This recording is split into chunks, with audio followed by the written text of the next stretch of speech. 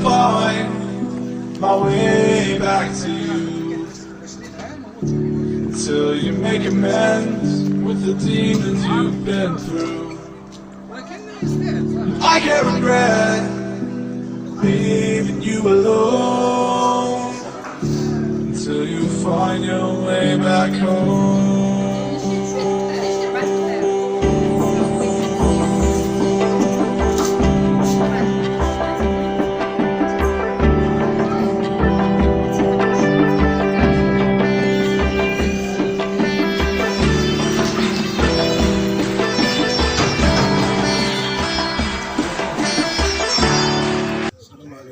المهم نقدم لكم نفسي بيدا عزيز رئيس جمعية أصدقاء مرضى السرطان. احنا هنا في جماعة أي الطالب في الحملة اللي درنا ديال التوعية والكشف المبكر عن سرطان الثدي وعنق الرحم، اللي بدات بالنسبة لنا احنا كجمعية في 13 مايو. بالنسبة للوزارة راه بادية شهر أكتوبر كامل. احنا من 13 يعني درنا أحياء في بن قرير، درنا نواحي اللي تابعة لعملة إقليم رحامنا، وإحنا اليوم رحنا في جماعة أي الطالب. صراحة الفضل الكبير كيرجع لمندوبية الصحة إقليم رحامنا اللي ساعدت الجمعية وكان تعاون، لأنه بالنسبة لنا احنا كجمعية ما يمكنش نديروا هذا الشيء إلا بالدعم ديالها وبالدعم تاع الأوسي بيتا، هو اللي دعمنا بالنقل ديالو بتوفير قافلة داك لونيتي ديال الفحص. والحمد لله كان النسخة الأولى درنا العام اللي فات وهذا العام كاين إقبال وكاين تطور. الحمد لله كان إقبال اللي هو زعما ملحوظ، والناس بدات كتوعي شويه بهذا الموضوع ديال خاص النساء السرطان الثدي وعنق الرحم، اللي هو ولات آفة اللي كتهدد بزاف الناس، ما كيسق الخبر حتى كيكون في المحظور. ونتمنوا ان هذه الحمله ان شاء الله تحقق المبتغى ديالها، ان نسبه كبيره من النساء دير هذا الكشف وتجنب انها توقع في ما هو اسوء.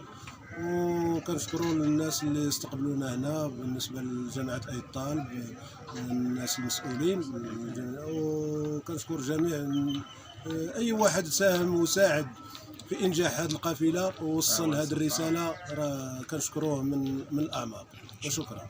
في إطار الحملة الوطنية التي نظمت من طرف وزارة الصحة والحماية الاجتماعية، قمنا بالمشاركة في هذه القافلة الطبية خلال شهر أكتوبر الوردي.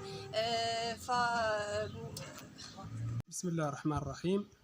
نحن كممثلين للمجتمع المدني داخل جماعة الطالب نرحب بهذه القافلة الطبية اللي كتكتشف عن السرطان الثدي. نوجه رسالة شكر وامتنان لمؤسسة أنطاكي، وكذلك لجمعية أصدقاء مرضى السرطان، وكذلك مندوبية الصحة. كما نوجه رسالة شكر وامتنان للسيد رئيس جماعة أي الطالب اللي رحب بالفكرة، ودائما ما يرحب بالمجتمع المدني ويشاركهم الهموم ديالهم. فهاد القافلة الطبية كما قلنا ما غاديش تختصر اليوم، بل بالعكس غيكونوا قوافل طبية وحدة أخرى. كنشكر السلطات المحلية على رأسهم قائد قيادة بوشان، كذلك قوات المساعدة والدرك الملكي اللي جاوا وقفوا في هذه القافلة. الحمد لله اليوم كانت القافلة لا بأس بها، كان حضور وازن للنساء. الحمد لله اكتشفوا بان راه الجماعه ديال اي الطالب ولا المجتمع المدني ولا كذلك المسؤولين على قطاع الصحه والى اخره انهم باغين فعلا انهم يخدموا، خاص غير يكون تفاعل ايجابي، وان شاء الله راه يكون غير الخير. وكما قلت سابقا فهذه هي الانطلاقه ديال بدايه التنميه ان شاء الله في جامعه اي الطالب. وتحياتي. خفاء